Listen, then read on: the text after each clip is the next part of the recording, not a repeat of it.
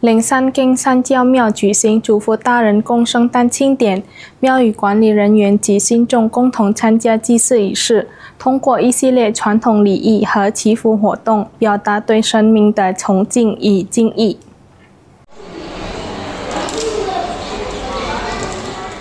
华人信众齐聚巨港Kembang Manis路的灵山境山教庙，共同庆祝祝福大人共圣诞，作为表达敬意的重要仪式。当天下午3点举行了祭宾祭祀仪式。在华人民间信仰中，祝福大人公被尊奉为以药治神和护佑众生的神明。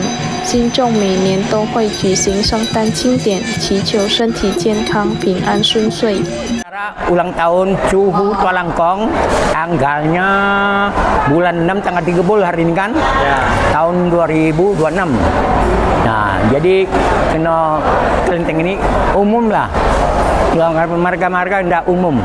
Kalau kita semayang, ya minta sehat lah, ya, aman. Aman bukan kita aman. 灵山境山教庙主席阿健表示，希望通过今年的圣诞庆典，祈愿印度尼西亚国泰民安，社会和平稳定。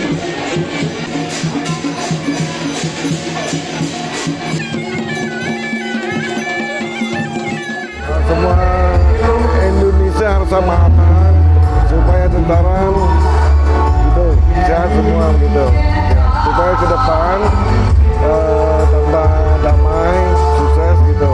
Harapan saya.